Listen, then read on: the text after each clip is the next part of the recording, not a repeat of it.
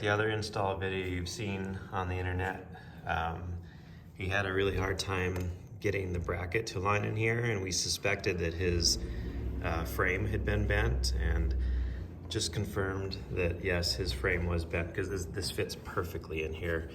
I just pulled it out. There we go, I just put it back in all by hand. So this bracket does fit perfectly with the frame. That other video that's out there, great video, however, his frame was bent because this fits absolutely perfectly. So we've got it sitting in there, and this is essentially what it's going to look like once we get it mounted up. It's right to the back of the kickstand. This should be an incredibly strong skid plate. It's much thicker than any of the others on the market.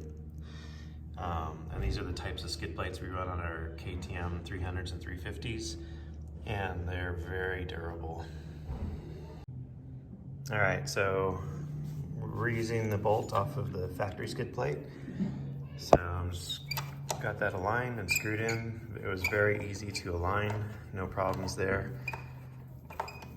So I'm just gonna loosely screw this side in, and then we'll go loosely screw the other side in, and then we can kind of mock this up and see what it's gonna look like. All right, so I'm on the other side. We've got both of the factory screws in here from the factory skid plate. And now these are going to be used to mount up to the factory location here.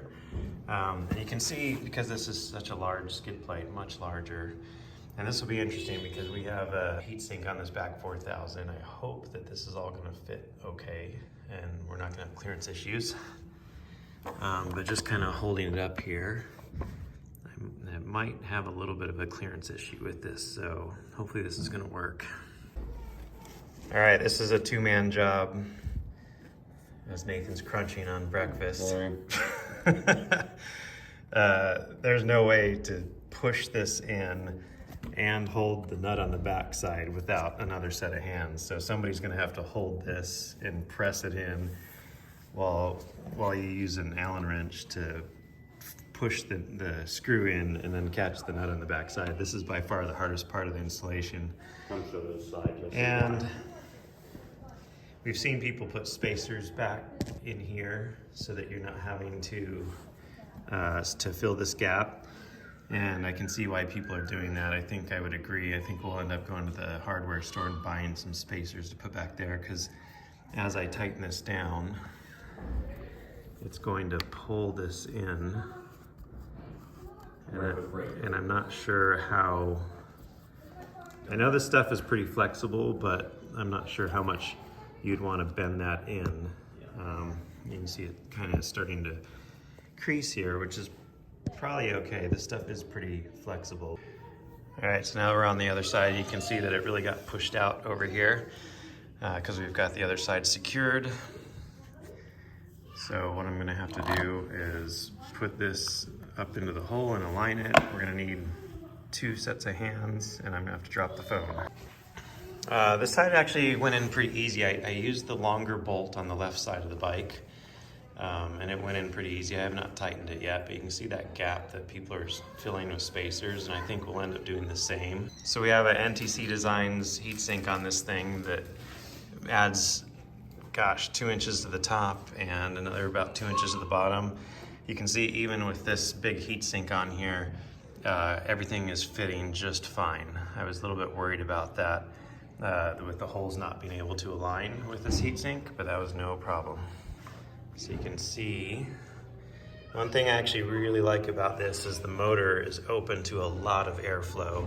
So we'll have air coming in from the top, from the sides, whereas some of the other skid plates are very closed off and cover things up so much that it retains extra heat. So the motor should run cooler with this very open design. And we don't really care about sand and mud and water getting in there because that stuff gets in there no matter what. So having it open like this actually makes it a little bit easier to clean some of this stuff. And then of course your wiring harness is a little bit more exposed to the elements, but I don't think it really matters because even with the other skid plates, even though it looks more closed off, water of course can get in everywhere. It doesn't matter how closed off it is because it's not sealed.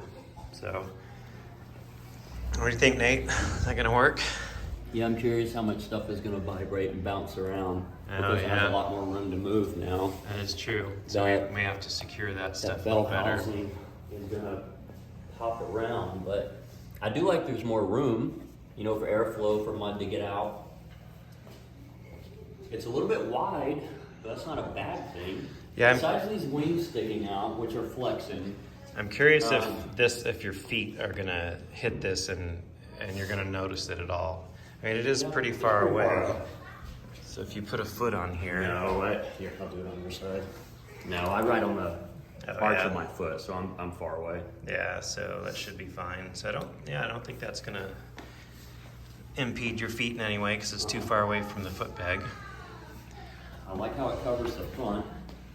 It overlaps, and this is one of the biggest mounts that sticks out pretty far, so every other mount should be fine. Yep. Yeah, initial impression is this looks kind of kick-ass. Excited to go ride it today. We'll have to purposely bust some rocks and see what happens. You know, I drive the skid plate a lot. We'll test it today.